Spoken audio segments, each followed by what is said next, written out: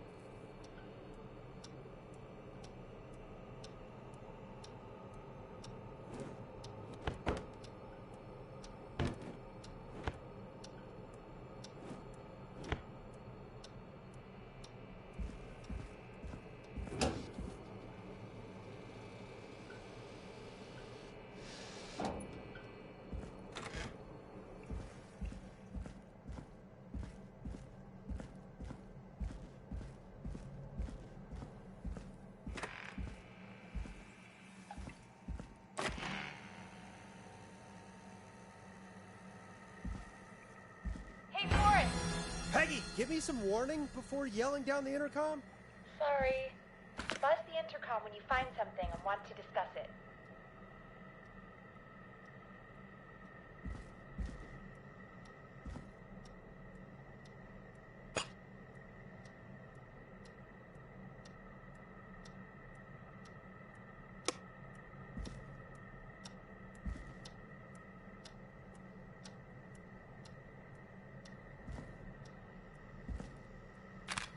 Peggy, I've found a tape and a map down here.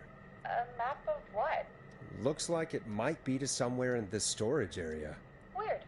Well, maybe the tape will give us more information. Give it a play.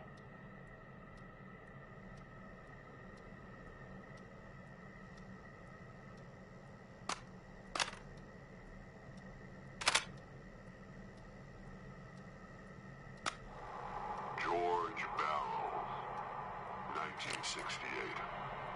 That's when this all began for me.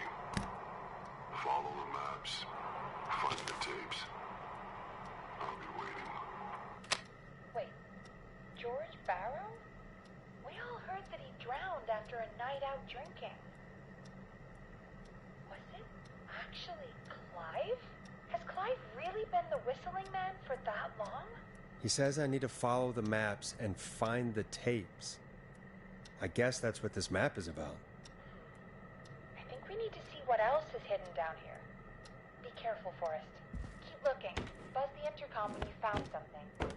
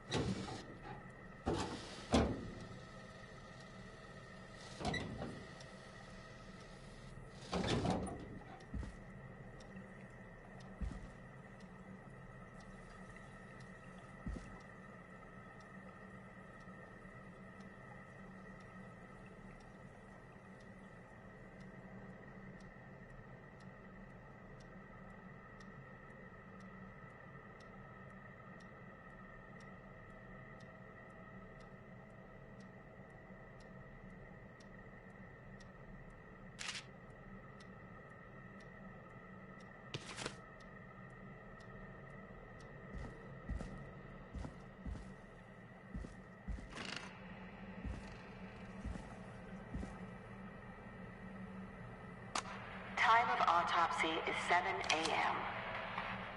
cause of death is asphyxiation from drowning.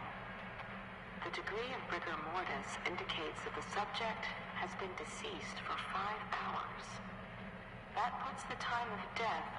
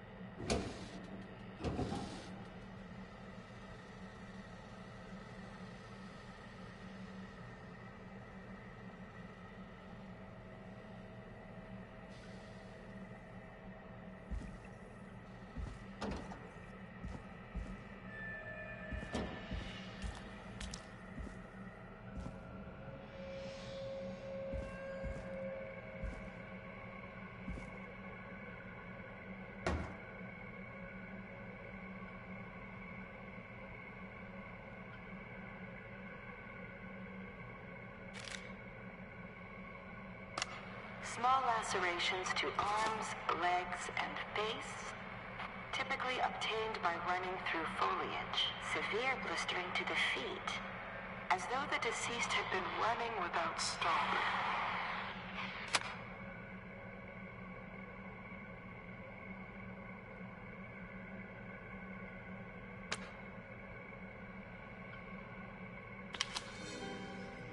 This looks useful.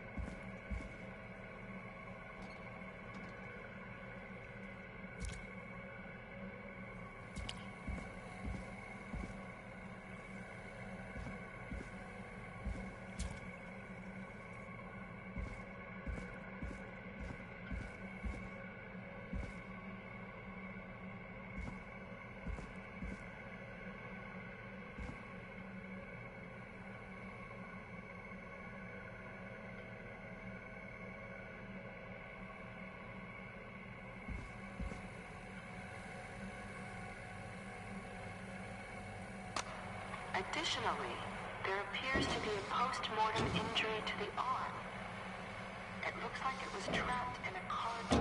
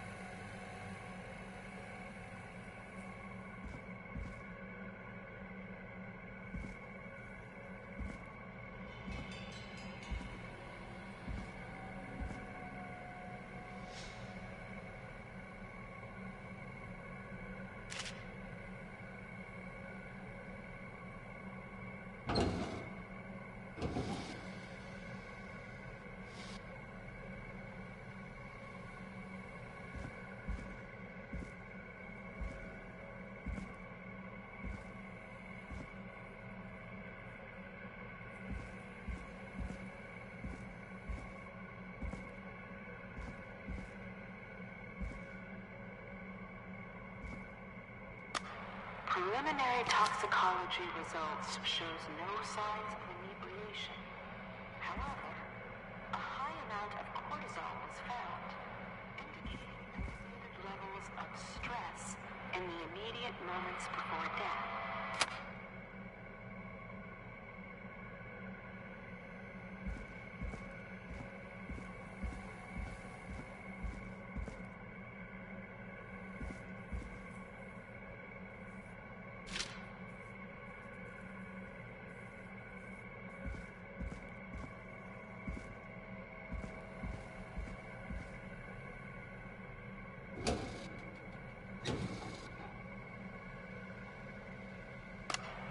It is the coroner's opinion that the subject likely feared for his life and was chased, resulting in a fall from a height into a body of water, where he hit his head, was knocked out, and drowned. Following that, he was moved. This has to be important. We need to have a talk. Is that recording? Shut it off.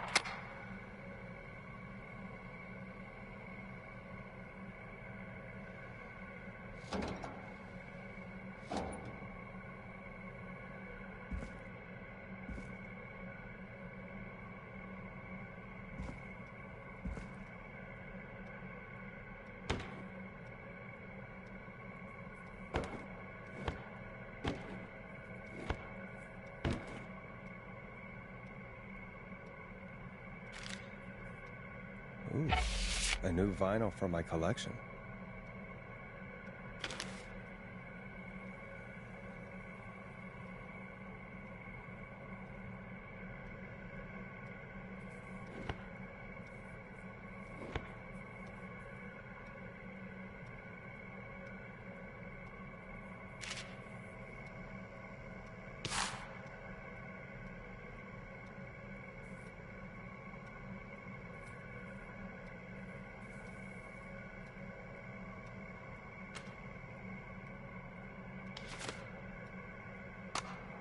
If you're listening to this, then I'm probably dead.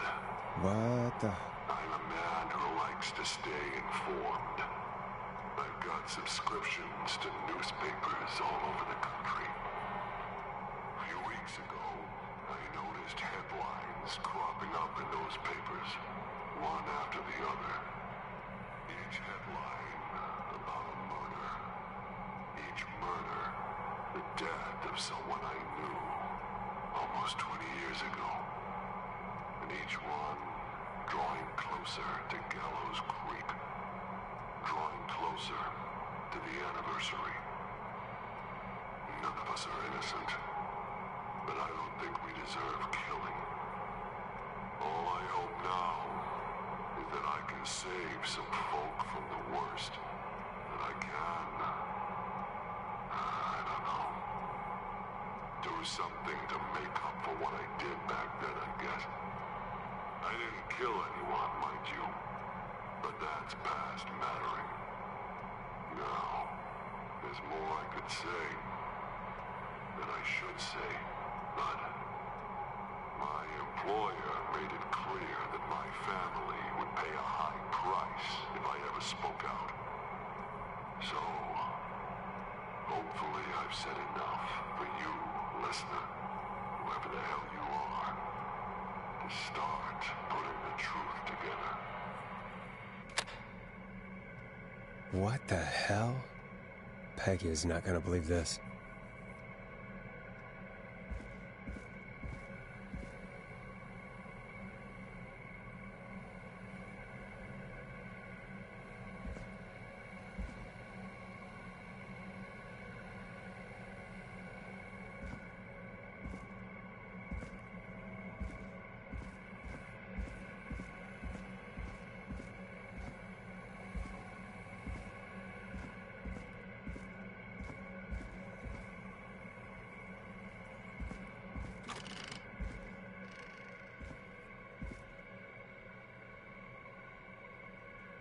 What have you found, Forrest? It's an autopsy tape. Doesn't say for who, but I think it must be for George. Poor George. He was so young. Something's bugging me, Peggy. What do you mean? I swear I recognize the voice of the woman talking on the tape. I just can't place it. Seriously? Do you think you've met her before? I don't know. I mean, I just got here recently. I don't know. Found another tape. It talks more about how George died. What did it say? It sounds like he was running for his life. Sprinting through trees and bushes, getting cut up all over. What would drive someone to do that? I'm not sure yet. There's also a tape about a toxicology report. There were no signs of drinking or that he was on anything. What? But everyone said he went swimming drunk and drowned. It was in the newspaper and everything. I found a written autopsy report. What does it say?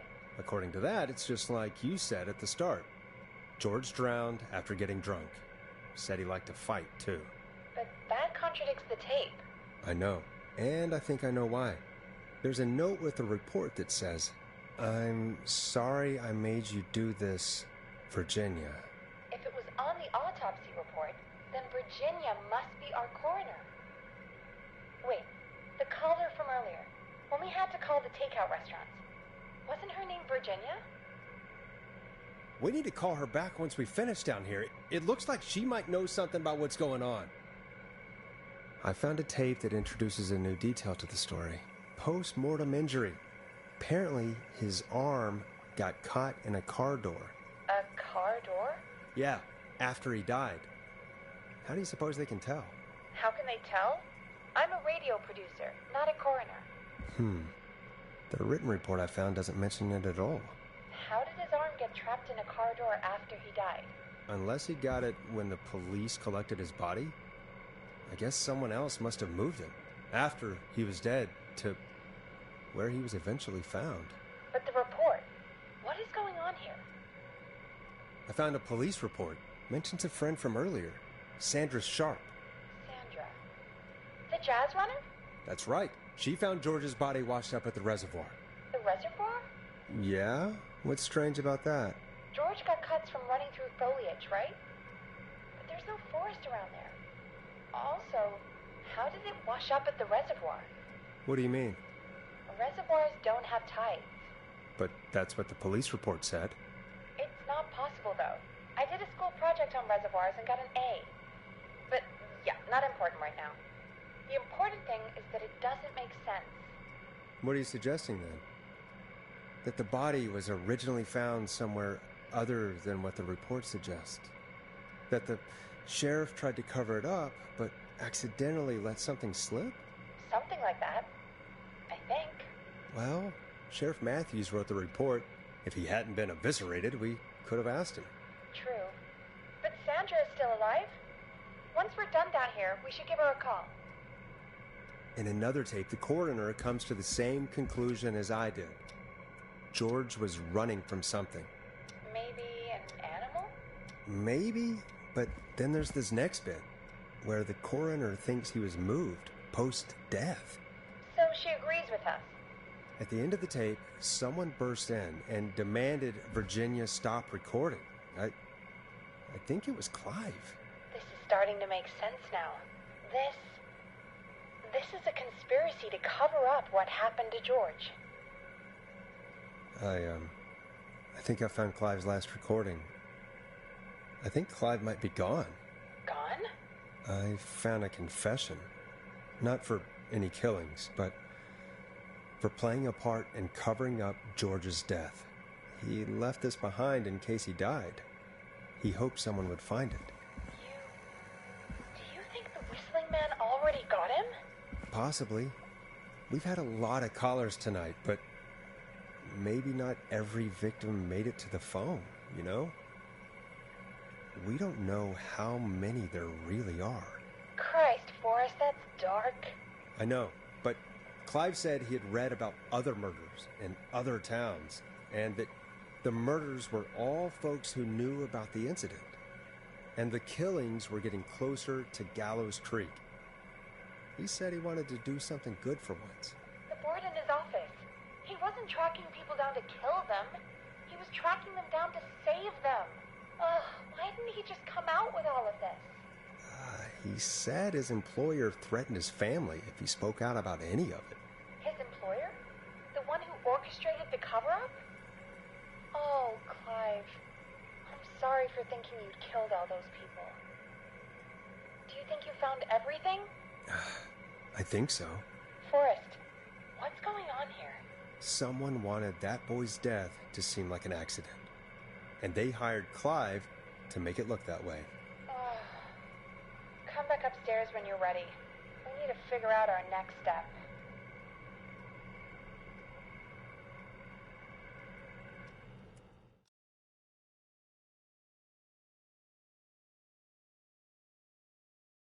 Thank God you're back, Forrest.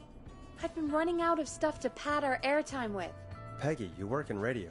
Forrest, I'm stressed. I mean, really, how are we supposed to keep a show going with all this happening?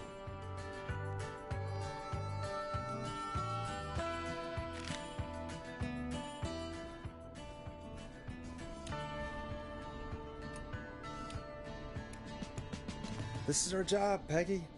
We gotta do it. You're right. So, what's the plan now? I think we should call Virginia back. All right, I'll get her on the line. Time to turn the music off. Hello again, Gallows Creek. This is Forrest Nash.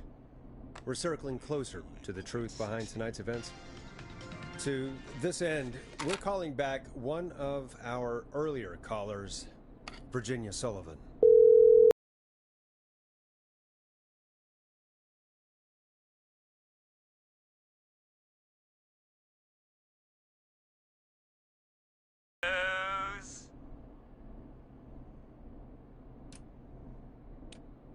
Plunker, hey, it's the Radio Man, Forrest Nash. Radio Man? What's up? Solving mysteries, saving lives. The huge. Right on. Plunker, what are you doing at Virginia's house? She asked if we could stay to keep an eye out for that whistling turd. So we're hanging out, bro.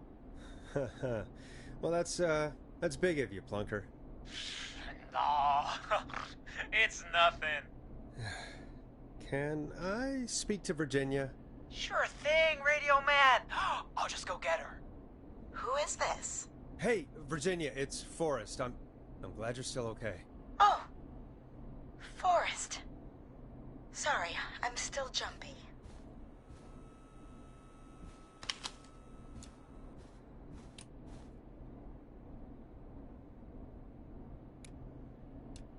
Don't be sorry. You've been through a lot. I'm so sorry this happened to you, Virginia. I thought I was. I thought... Easy. We're not calling to talk about earlier. We're calling because we think you can help us understand why this is happening tonight. Me? What would I know?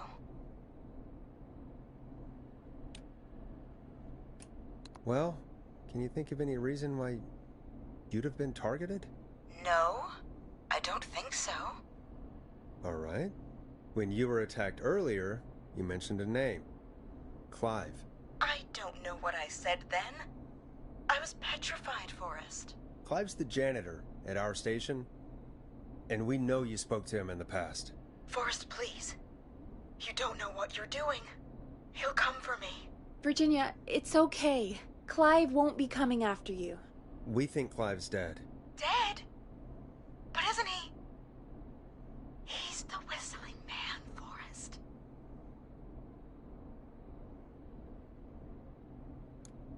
Why are you so certain Clive's the whistling man? Because all those years ago, It's okay, Virginia. He's gone. We found evidence to suggest well... And we found your autopsy reports for George Barrow. How? I saw him destroy them. Well, he didn't. I don't know if he kept them or made copies or what, but we found them, and we know it's related to what's happening tonight, which is why we called you. Why did you write a false report? All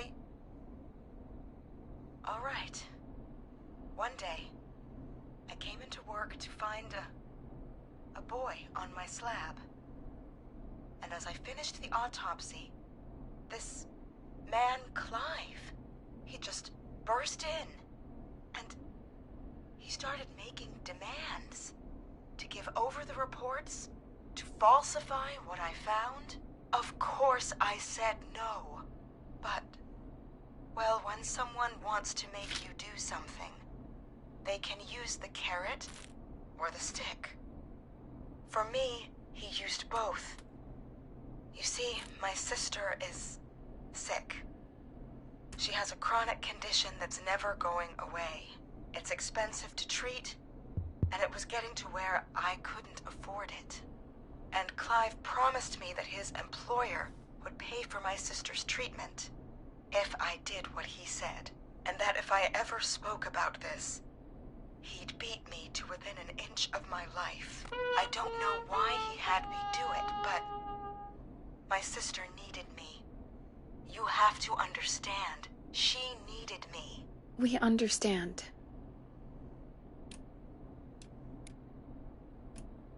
Thank you, Virginia. That was brave. God, I just want this nightmare to end. This will help end it, Virginia. Thank you. Stay safe, Virginia.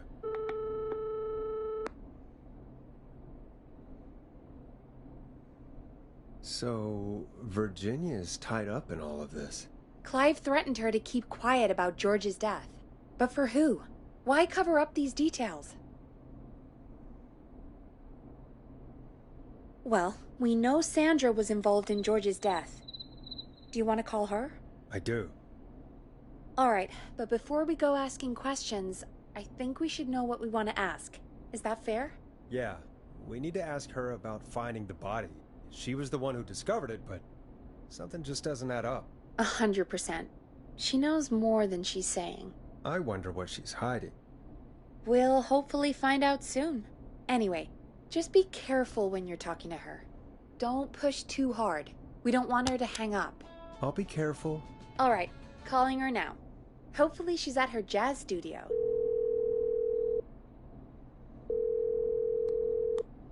Aha! Forrest, you're through. Hello, this is Sandra at Jazz Pizzazz Jazz Studio. Who's this? Hello again, Sandra! It's Forrest Nash of 189.16, The Stream. And you're live on air.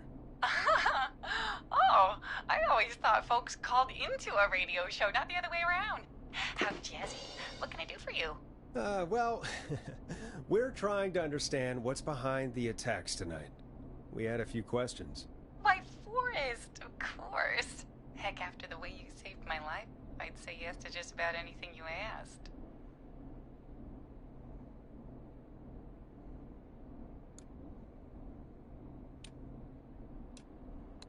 I'm calling to talk about death and murder, Sandra.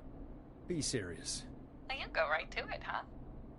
I don't know as much about that as I do jazz and jazz dancing, but I'll try. What do you want to ask me? Do you know why the Whistling Man might have targeted you? Ha! As far as I could tell, he was just a knife-wielding psycho with superhuman cardio. He'd have chased after anybody.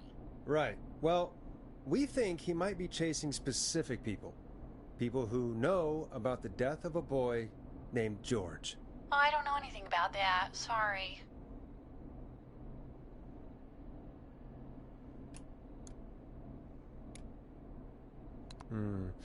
Have you had to keep quiet about anything? Any secrets you've had to keep? What would I have to keep quiet about? I don't know. I mean, could be that you've seen something or heard something. I never saw anything. And even if I did, what would that matter? And it was years ago.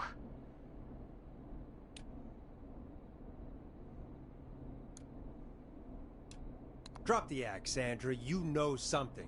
What are you hiding? I don't know anything. Oh, look at the time. It sure is late. I have to go.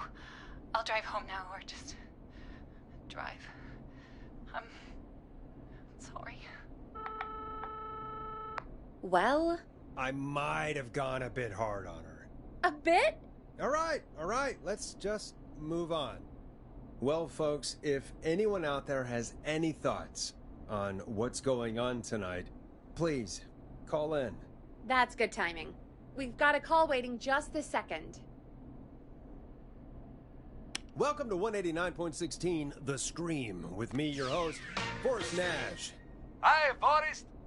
I know this is really out of the blue with everything happening tonight. But I wondered if you could send a special birthday message to my uncle.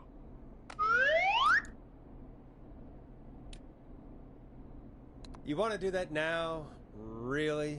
Why? Of course now. It's his birthday. I won't have a chance to do it again until next year. May as well, Forrest. Fine. What's his name? Thank you, Forrest. He's my Uncle Ronnie. His first name's Peter, but he never liked his name. But since he always had salt and pepper hair, even as a kid, can you believe it? Folks always called him Pepper. Thanks for the history lesson. Is there anything besides happy birthday you would like to say to Mr. Pepper? Oh my god damn it! Yes! Tell him he can get the best birthday deals and party packages here at Putney's Pizza. Starting at... You son of a bitch! Stop calling us! God damn it, Peggy, this is your fault. My fault? I said I didn't want to do it. Don't blame me because Brian Ponte can't control himself. Don't worry. We've already got another caller on the line. Just pick it up, okay?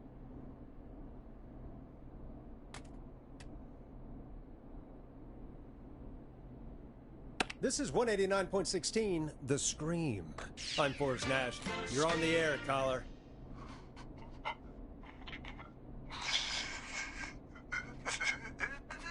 Caller.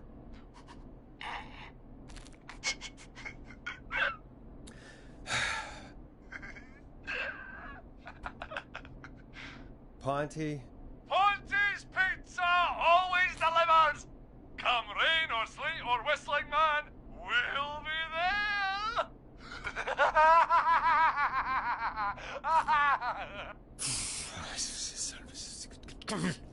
Forrest? Forrest? Are you okay? Forrest? I hope the whistling man gets him with his own pizza slicer. Jesus, Forrest? Sorry, that was too much.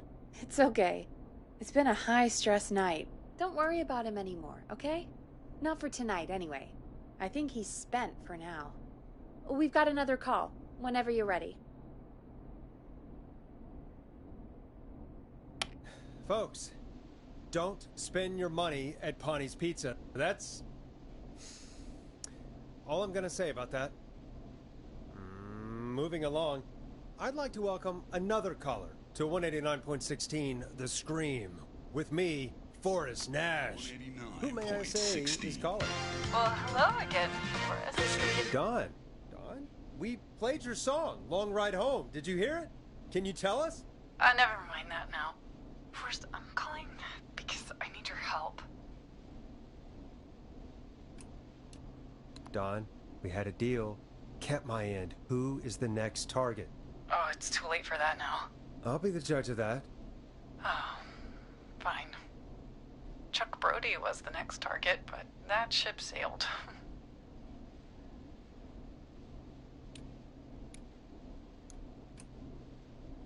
How did you know it was Chuck? Well, if I tell you, I might just put more people in danger. People are already in danger. This might help. Forrest, I don't have time. I need your help. Do you mean... Yes, he's after me now. you? I think so. He must have heard me on the radio helping you. Helping? You didn't exactly help.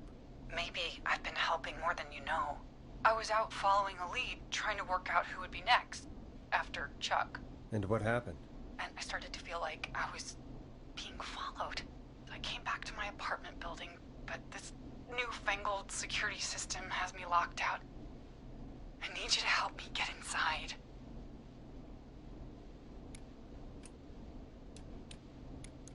Don't you have a key to get in? Only for the apartment door. The front gate requires an entry code. The future is electronic, I guess. I need that code to get inside. which apartment block do you live in? Maybe one of our listeners lives there too. It's the New Woodside apartment building between the town hall and the trailer park. But I doubt any of your listeners live there. I don't have many neighbors. Sounds like a prime piece of real estate. The sound really carries at night. Shit.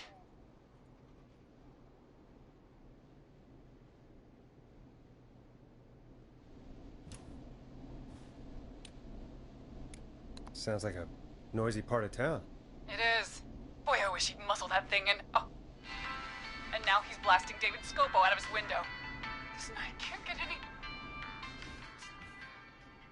He's coming down the street. I don't think he's seen me yet. Forrest, please. Andrew, help. I need the code for that security system, or I'm gonna die.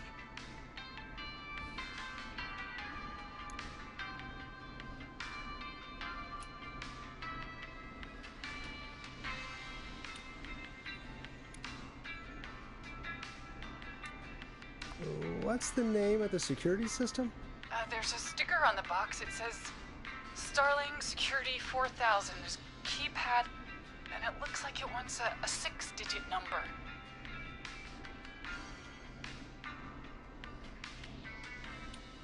Starling Security 4000, huh?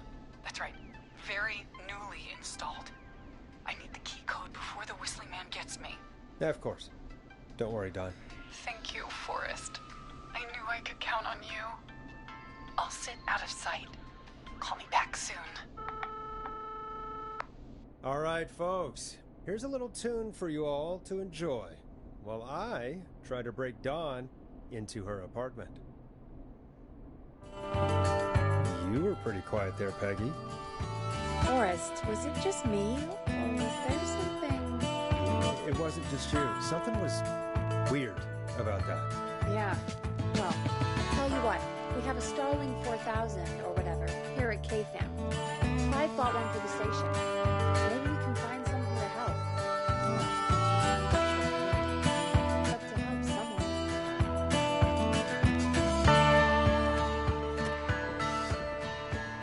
Okay, so she's locked out of the Woodside Apartments, and somewhere Clive probably has the papers for the Starling 4000.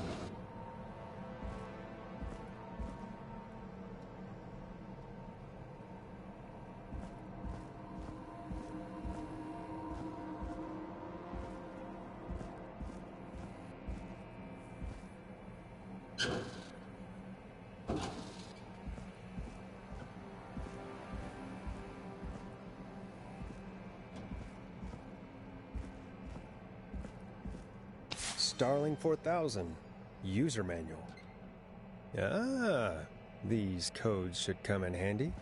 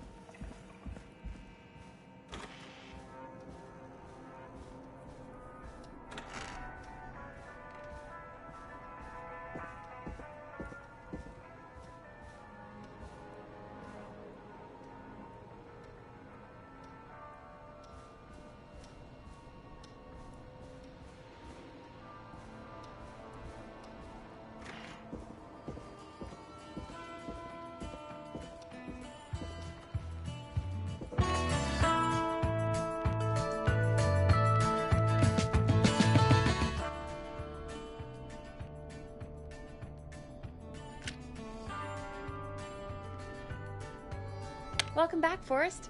Find anything? The Starling 4000 security manual. It's got a bunch of codes.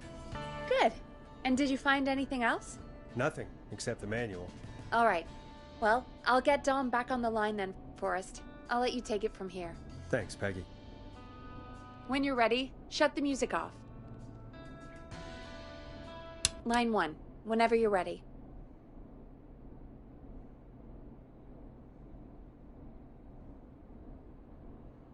Don, are you there? This is Forrest Nash from 189.16, The Stream. Oh, thank God you're back. I've been so afraid. What's the code to the gate?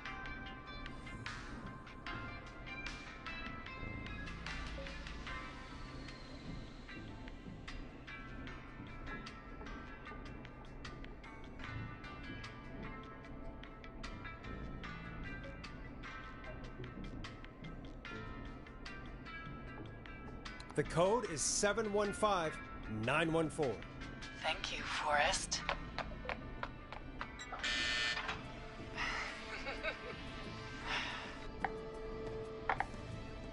Forrest, what did we do? I don't know, actually. Guess we'll find out. Forrest, there's another call coming in. Evening, caller. You're live on... Forrest! The psycho's somewhere in the roller rink, dude. I just saw a shadow. Goddamn, how do you even get in? You've gotta help me, man. Forrest. Maxie, no! Come back! I can't find my rifle, man. I don't want to hurt anybody, but I can't let anything happen to... Maxie! Maxie! Maxie! You didn't do anything wrong!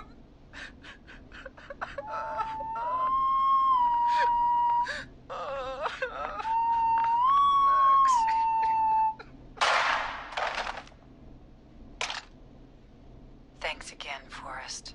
Oh, God, poor Ricky. Okay, Gallows Creek.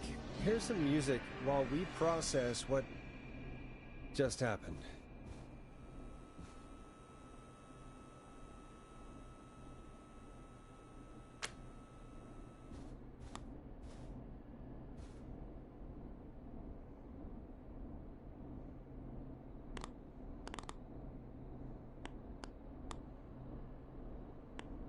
I better put a record on.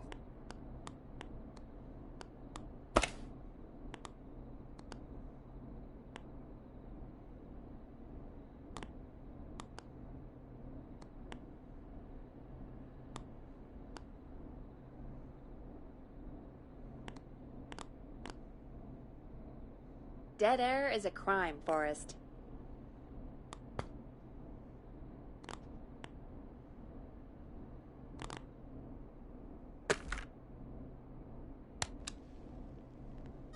So, the whistling man is a woman?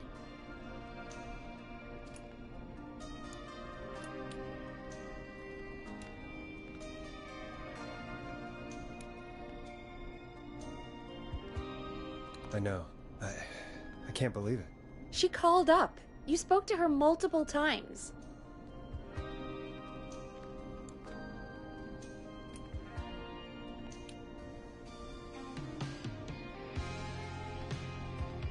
I knew she wasn't right.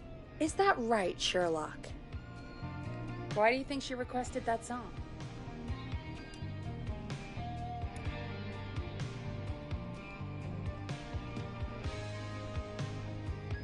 To get me outside? Maybe, but how? She didn't know the song was outside to start with. That's right. She never actually attacked me out there. So? What now? I guess I should make an announcement. We do have new info. Okay, kill the music and you can make the announcement.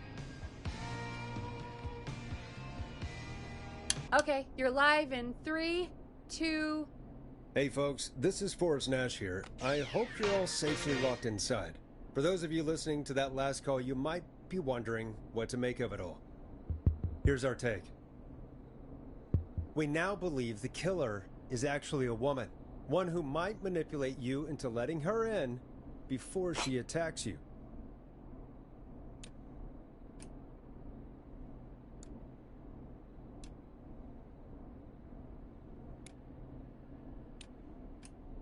We're neighbors. Look out for each other and stay safe. The killer was calling themselves Dawn. This could be a fake name. If anyone needs help or you have info on the killer, please call in. You folks have my new number, right? It's 911. Hopefully, our next caller can help shed some light on our killer. Hey, we had a call come in. Okay, folks, time to take a call. This is Forrest Nash, and you're listening. Please help me. My name is Casey Moore. I'm at 25 Nancy Drive. My best friend's been stabbed. He's bleeding everywhere. I don't know what to do. Please help me. Somebody's been stabbed? Can you tell me what happened? We'd been out at the reservoir. We were heading back to his place when we heard this whistling all of a sudden. He just started freaking out. He screamed at me, told me to hide. I'd never seen him like that, and I just panicked and ran and hid in a bush. Oh no. Forrest. Then what happened? He went up the road and talked to someone. I couldn't really hear or see anything. It sounded like he might have known the person, and they just stabbed him.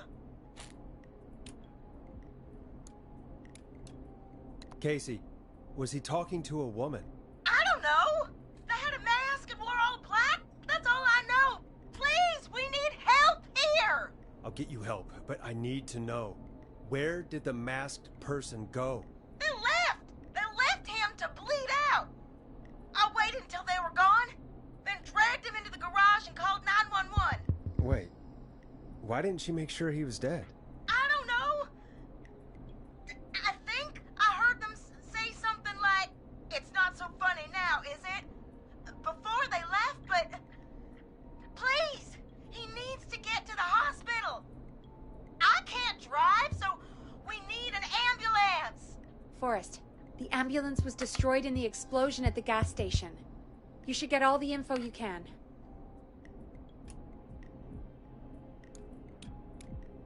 What's your friend's name, Casey? It's Jason Parker. Can you tell us where Jason was stabbed? They stabbed him in the stomach, and then stabbed him again in his leg when he was on the ground, and it's... Oh, the knife is still there in his leg! We'll be right back. Peggy, patch us through to the hospital. On it. Phoning St. Gabriel's now. Switch to line 2. Hello, St. Gabriel's Hospital. How can I help you? Hi, this is Forrest Nash from 189.16. We have a stab victim at 25 Nancy Drive named Jason Parker. He's been stabbed in the stomach and the leg. He's bleeding heavily. Oh, God, I'm sorry. With the ambulances, well, you know. I know, but please, we need something, or he's going to die. Forrest, Listen, you're going to have to get him here. We need to see him, and we can't get there ourselves right now. We don't have any way to drive him right now.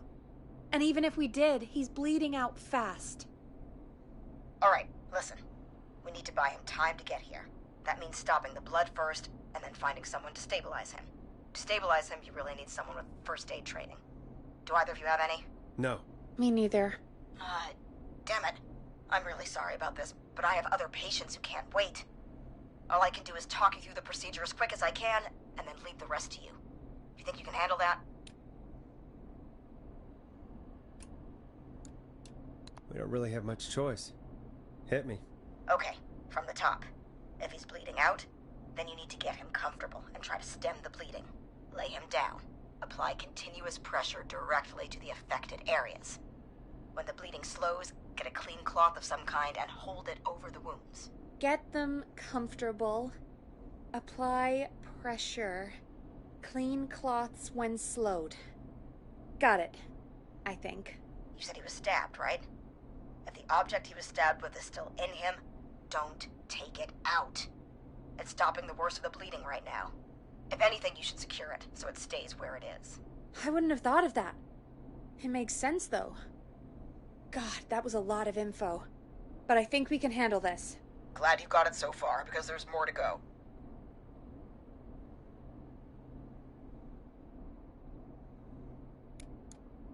I'm still with you, Doc. What else do we need to know? If he's lost a lot of blood, he may enter shock. If he does, act fast. If you applied a cloth and it's bleeding through, don't remove it. Just apply another on top of it. If it's safe, elevate his legs to get blood circulating to his vital organs. Try to keep him warm. Get him to rest and reassure him. We need the patient to stay calm. All right, don't replace bandages, elevate his legs, keep him warm and calm. This is a lot. I'm really sorry. That's as much as I can give you right now.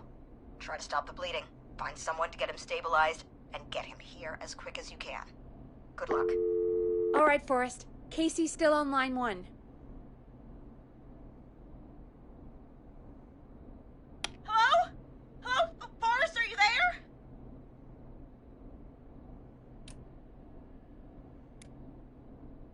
I'm here. How is Jason doing? Badly. He's still bleeding. I need help. I've been putting pressure on his stomach wound since you left, but he's still bleeding. I don't know what to do. That's good, Casey. The nurse said to do that. What about the knife in his leg? It's gotta be hell. Should I pull it out? No, don't touch the knife. The bleeding will get worse if you pull it out. Are you sure? I'm sorry. I'm gonna stop making suggestions. No, don't worry, Casey. We're a team here. We're all going to get Jason through this. Casey, is his leg wound bleeding right now? I hate looking at that knife. Yeah. It's bleeding. His stomach is worse, though.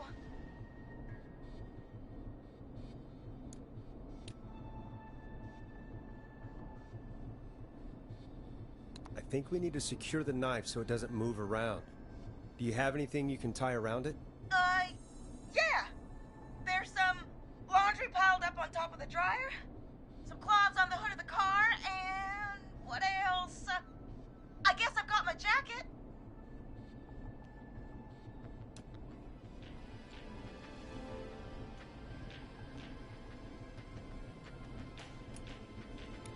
Take the cleaning rags and hold them over the wound. I really hope these are clean. Here we go. I'm sorry, Jason. It's secure. I'm putting pressure on his stomach again. I'm starting to think we might make it. Forrest, can I have a word? Casey, I'm gonna have a quick word with Peggy. Keep putting that pressure on and let us know when the bleeding is under control. You're doing great. But what if something happens? We'll still be here. Just shout if you need anything, and we'll be there. I promise. Okay. I'll wait. Jason, please be okay. What's up, Peggy? We can't stay on the line with her all night. Dawn is still out there. What if other people need us? You're right. She's probably on her way to her next target right now. Exactly. And you heard the nurse. We need someone there with training who can stabilize him. He's got to get to the hospital somehow.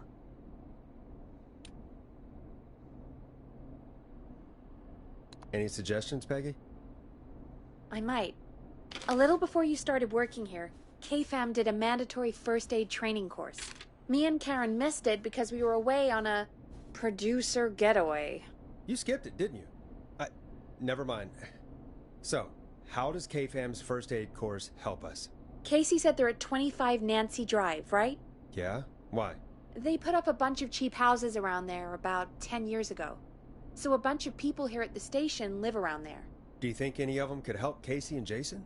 Probably, but I don't know who lives there. And since I missed the training day, I don't know who knows first aid. Could you call them and ask? I don't know everybody's numbers. I've only ever called Karen. Everybody's personnel info is probably in Reggie's office. Got it. I'll look through their files in Reggie's office. It's a life or death situation. I'm sure they won't mind. Right. But there are a couple of problems with that.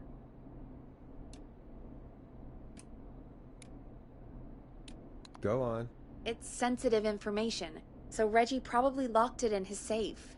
Great. Do you have any idea what the combo for the safe could be? Not a clue. Reggie's a serial note taker, though.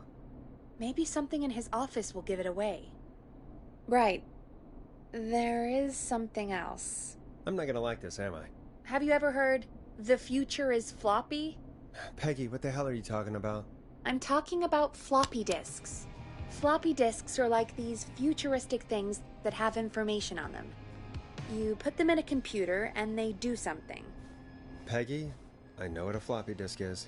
Anyway, Reggie decided that the future is floppy and started phasing out our physical records and replacing them with these floppy disks. I imagine it's the same for our personnel files. That's good to know. Since we haven't heard anything from Casey, I'm guessing Jason's okay for now. I'll check out Reggie's office and see what I can find. You'll need a key for that. I'll just slide it under my door now. Thanks, Peggy. I'll just have to look around.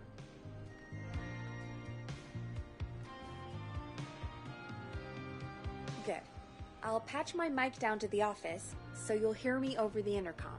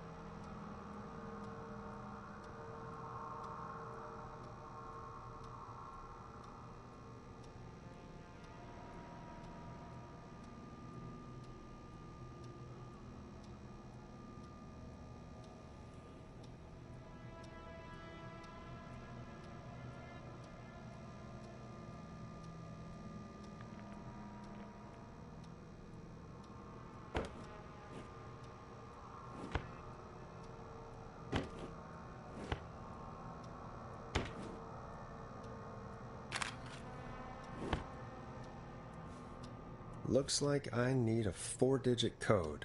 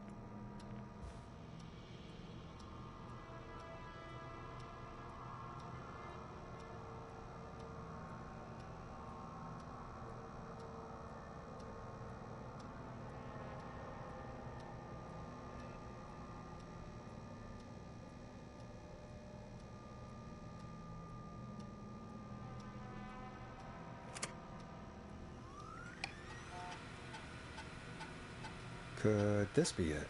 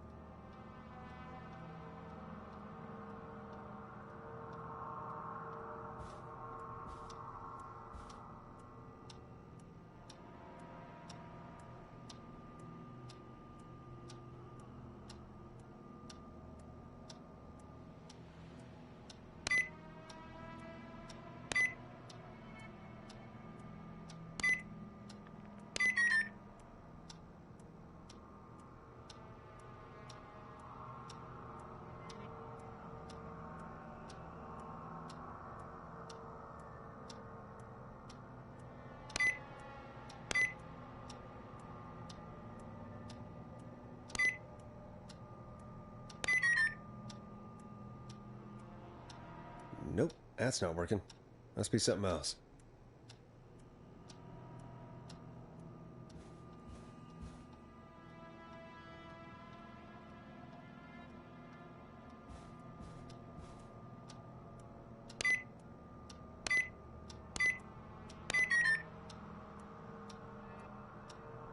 Nope, that's not working. Must be something else.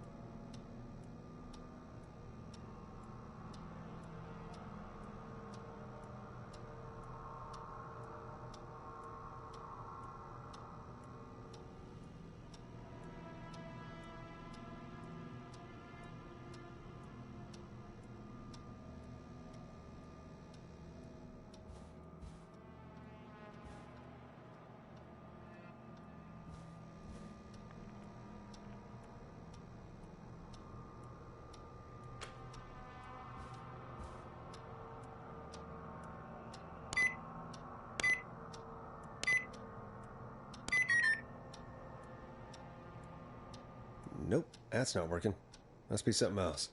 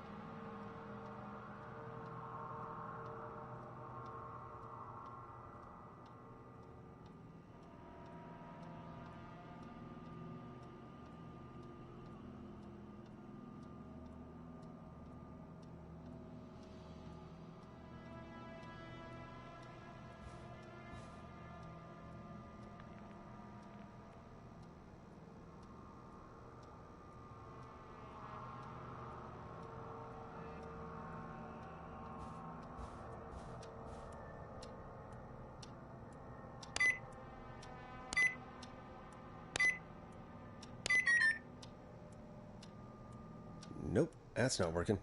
Must be something else.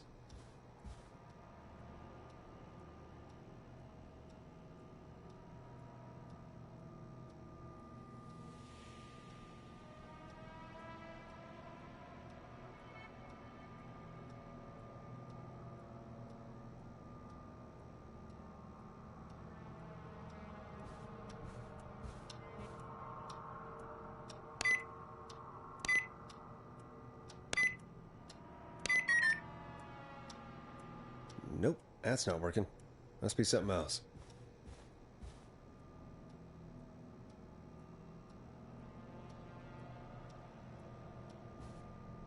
Hey, Peggy, you there?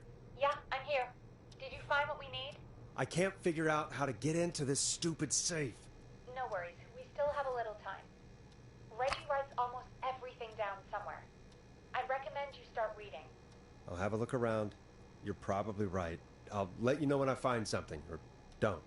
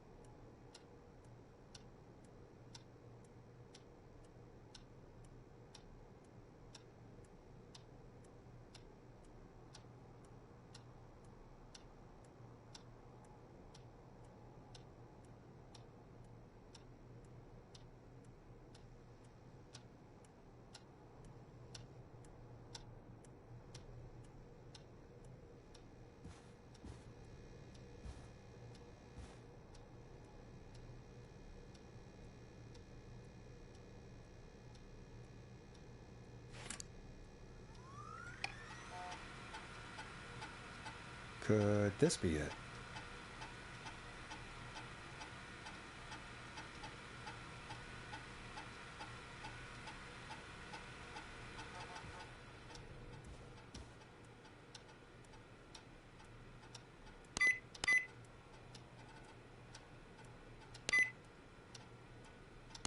Nice!